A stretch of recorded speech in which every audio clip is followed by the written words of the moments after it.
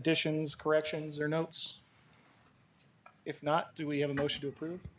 So moved. Seconded. Properly moved and seconded. All of those in favor? Aye. Aye. Aye. Opposed, same side. Minutes are approved. All right.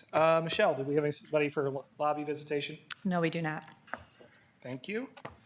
We will go right into Utilities Director report. Brian? Okay, thank you. Well, one item I have for you tonight is our annual FAS 71 power cost reconciliation review that we come back to the board every February. You've seen us many times in the past several years. So this goes back to 2009 when it was this policy or this accounting practice was approved by the board. And it's a way just to verify or to make sure that our power costs are keeping up with our revenues we're collecting, and that we're not going to be short on any bond covenants that are requirements as part of the JV5, the Belleville Hydro Project, and some other AMP projects that we're members of, and there's bond covenant requirements included with those. So it is an accounting practice that we go through each year after the end of each year. And in some cases, we've recovered. In some cases, we've under-recovered. More recently, you've been familiar or seen that we've under-recovered, and those expenses were moved to the next calendar year. We talked about this during the budget review process a little bit as well. For 2023, we did over-recover $1.865 million. So if we typically do is we would either reimburse that to the PCA or collect that through the PCA over the 10 months period of time. So that would be $186,000 per month if we started in March. Again, that's what we normally do. The table that I gave you is what you saw in your budget packet. This shows 2021, we under-collected $1.6 million. In 22, we under-collected by $615,000. And then in 2023, we over-collected by $1.8 million. The estimates in the budget were also for 24 and 25 shows an under-collected state. And some of the reasons for the over-collection where we had some lower than expected power supply costs with the Winter Storm Elliott. And there was additional benefits or payments that were made to the generators that performed well during Winter Storm Elliott. And the ones that didn't perform well, they received penalties. And so those penalties were paid to generators like AMP projects that did perform well. And so that did help to bring down some of those costs. And if you remember back in October, November last year, we did talk about the AMP GS prepayment, using some of this anticipated over collection to pay off some of that AMP GS debt that we still owed, and that was done. And so, if we hadn't have done that, that number would have been over $2 million. So that money did help to go directly towards a power supply expense relative to this money. We're not proposing any changes to the PCA at this time. We've had that PCA at $0 per kilowatt hour for many years now. We're recommending to continue that throughout this year. That's what our rate structure was based upon, going back to the 2017 power supply costs or cost of service study. And we are getting close to getting our cost of service study back in gear. Jackie's been very busy with the RF metering project, and so we haven't had a lot of time to get that cost of service study wrapped up yet. But I would expect here in the first half of 24, we'll be coming back to the board with that cost of service study results and sharing with you what that looks like, and then trying to establish a 4 or 5 year rate schedule going out from 25 and beyond. The Excel sheet I give you on the second page of the handout kind of shows the calculation that goes into this. Each month is shown there, but line 2 is basically our power supply bill from AMP for each month. If you added up all the expenses, that's what that number represents. The line 3 is the 2022 under collection. that was added to the year 2023. That total was $615,000. Line 4 was a JV5 refund when they sold some RECs or renewable energy credits that helped to reduce power supply expenses in March. Line 6 is the total energy sales that the PCA is considered or factored into. Does not include security lighting or gratis accounts because those don't pay a kilowatt hour charge. Those are like the security lighting is just a flat monthly fee, and of course gratis accounts. Those are like the city buildings that are not charged. And then again, the amount to be recovered, again, that's the differences or the adds and sums or subtractions from lines 1, 2, and 3. Line 9 says the recovered through the base rate, and if you look down at line 19, it shows the base rate as 0.10402. That's dollars per kilowatt hour. So that's how that line 9 is calculated when it says recovered through the base rate. And our rates are calculated in that the base rate, if it all worked out perfectly, then the PCA would basically amount to zero, or we'd have no overcollection or undercollection if it was in a perfect world. But that never happens. There's always some amount of over or under collection that has to get trued up, again, using this accounting practice from one year to the next. So when you do looking at line 12, each month has either an over collection or an under collection. If it's in parentheses on line 12, that's an over collection. If it's not, then that's an under collection for that month. And then line 13 is where you get the cumulative summation of all those months together, and you get to the $1.8 million. So again, it's a high-level explanation of what this spreadsheet calculates. So be asking the board to approve the resolution that would then, transfer that over collection to the 2024 months of March through December at $186,000 a month. And I'd be happy to answer any questions you have on that. Any questions? Are there any motions? Mr. Chair, Yes, ma'am. I move we approve Resolution 02-2024-01, determining under-recovered power supply costs for the previous fiscal year and establishing a recovery schedule. Second. Properly moved and seconded. Is there any discussion? If not, Michelle, would you call the roll? Suzik, Yes. Wagner, Yes. Newlove. Yes. Motion carries. It is approved. All right, thank you very much. Jim's going to cover the next one, so that's all for me unless you have questions. Any questions for Brian? Thanks, Brian. Thank you. Jim, what do you got for us?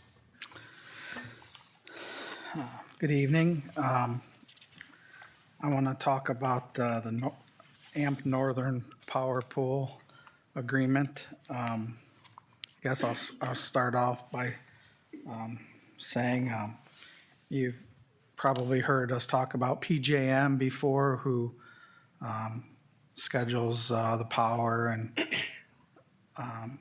capacity and transmission in the region that we live in, from Illinois all the way to New Jersey. And that they're broken down into smaller groups called zones. And across the top of the state of Ohio, First Energy controls most of the transmission there. And that zone is called the ATSI zone, ATSI. AMP schedules power for the member communities that it deals with, or that are members, I guess I should say. And for all of the members that are in the ATSI transmission zone, their transmission and capacity charges are all similar. So at some point years ago, they proposed to pool those members in that zone together and create a pool. And they call it the Northern Power Pool.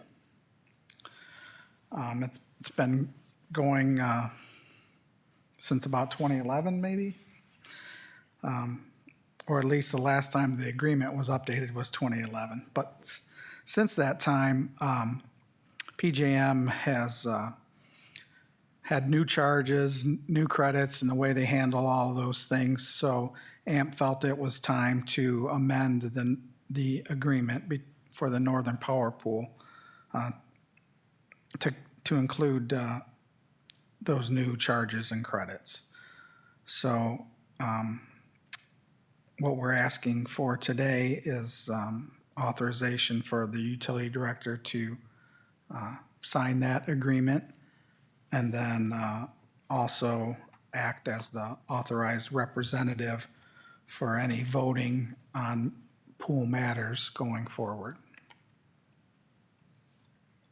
So Jim, is this changing anything, or is this just reflecting what's been done as far as? I think it's just incorporating some of the newer charges and way that PJM is billing AMP for those charges. And the agreement kind of lays them all out so that they're the same for every community rather than, side deals for one community versus another. Do we expect any, I guess, as part of being this pool, is there any cost or cost change associated with it, anything like that? No. Okay. I also should probably add that of our power portfolio, 90% of it we're hedged in contracts and agreements and generation. So this really only affects the 10% that we go to market for and anything that we generate and sell back to the market. Okay. Rick, you got just any questions? Any motions? Okay. Chairman, Yes, sir. move to approve Resolution 02-2024-02, authorizing the Utilities Director to execute the Northern Power Pool participant schedule with American Municipal Power Incorporated. Second? Properly moved and seconded. Is there any additional discussion? Personally, I think it just kind of makes sense. Keep going, do what we're doing and build into it. So, Michelle, would you call roll? Lulov, Yes. Wagner, Yes. Suzik, Yes. Motion is approved. Jim, you got anything else for us? No, sir. All right, thank you. Appreciate it. All right, we will get into department reports. Electric. We just got done testing out at Hub with First Energy and AMP-T, relay testing over the weekend. And we're still down on Lehman and just started a single phase line out on Campbell Hill. Thank you, sir. Water. Last week, the guys, we got back a RO pump that had been out since early December. We got that rebuilt and put back into service. And we had the low service river pump station, all four of those pumps inspected as well. Excellent. Thank you, sir. Water distribution, wastewater. No report. No report. Love to hear it. Thanks. Water pollution, we don't have, right? And Jackie is not here. We'll go to official reports. Mr. Mayor? Municipal administrator? No report. Attorney? No. Public Works? No report. Engineering? Oh, that's okay. You broke the streak. The village water line improvements project, the contractor should start that hopefully the next week or two, and get that going. The South Main water line, it's a replacement from Portway to Gypsy Lane. We should be getting that out for bid. We got comments back from EPA, we're addressing those, hopefully get that out for bid in the next couple of weeks, get that project going. The Gypsy Lane resurfacing project, we opened bids for that last week, and Gerken paving was a little better on that. So that's from Sand Ridge to Walmart on the west side, West Gypsy, and then East Gypsy would be from I-75 to Youngridge Road. So that'll section will get paved this year. The 2024 ARPA paving program, that's going to be Sand Ridge and Pearl. Sand Ridge from Winter Garden to Maple, and then the whole length of Pearl. That'll get paved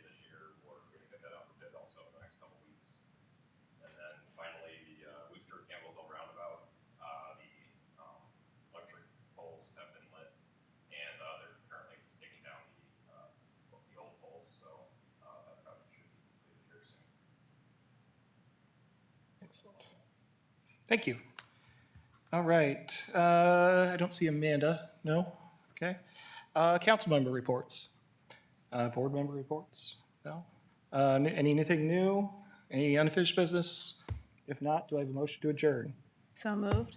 Seconded. Properly moved and seconded. All of those in favor? Aye. Opposed, same sign. We are adjourned. Thank you, everybody.